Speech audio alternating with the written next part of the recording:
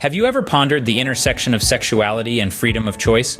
Sexuality is often pigeonholed, boxed into rigid categories, yet many feel a disconnect, a sense that they don't quite fit into these predefined molds. Enter existential sexuality, the idea that we define our sexuality through our free choices, shrugging off the constraints of societal labels. It's an intriguing concept, isn't it? But what does this look like in practice?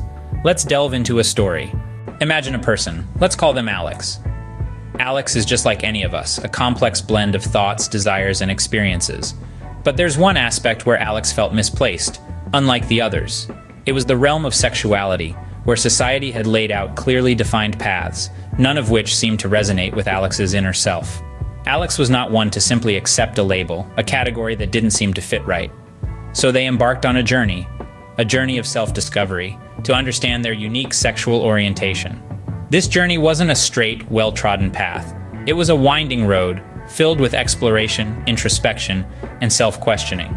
Alex explored various sexual orientations and identities, not just the ones that society had predetermined, but also those that were less understood, less accepted. They delved into the depths of their desires, their feelings, their attractions. They questioned, they pondered, they sought to understand. There were moments of doubt, of confusion, of fear, but there was also excitement, curiosity, and a growing sense of self-awareness. Alex realized that their sexuality was not a fixed point, but a spectrum, a fluid entity that could change and evolve over time. But the most important realization was this: Alex's sexuality was not something to be dictated by societal norms or expectations. They understood that it was something deeply personal, intimately tied to their own experiences, emotions, and choices. It was something only they had the right to define. And so Alex chose.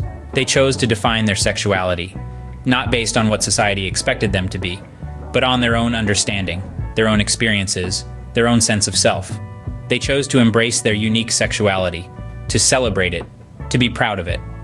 Through this journey, Alex found the freedom to define their sexuality on their own terms.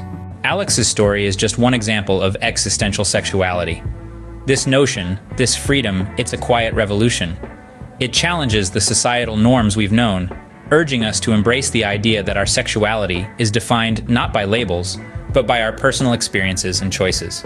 It's an invitation to explore, to question, to define ourselves in our own terms.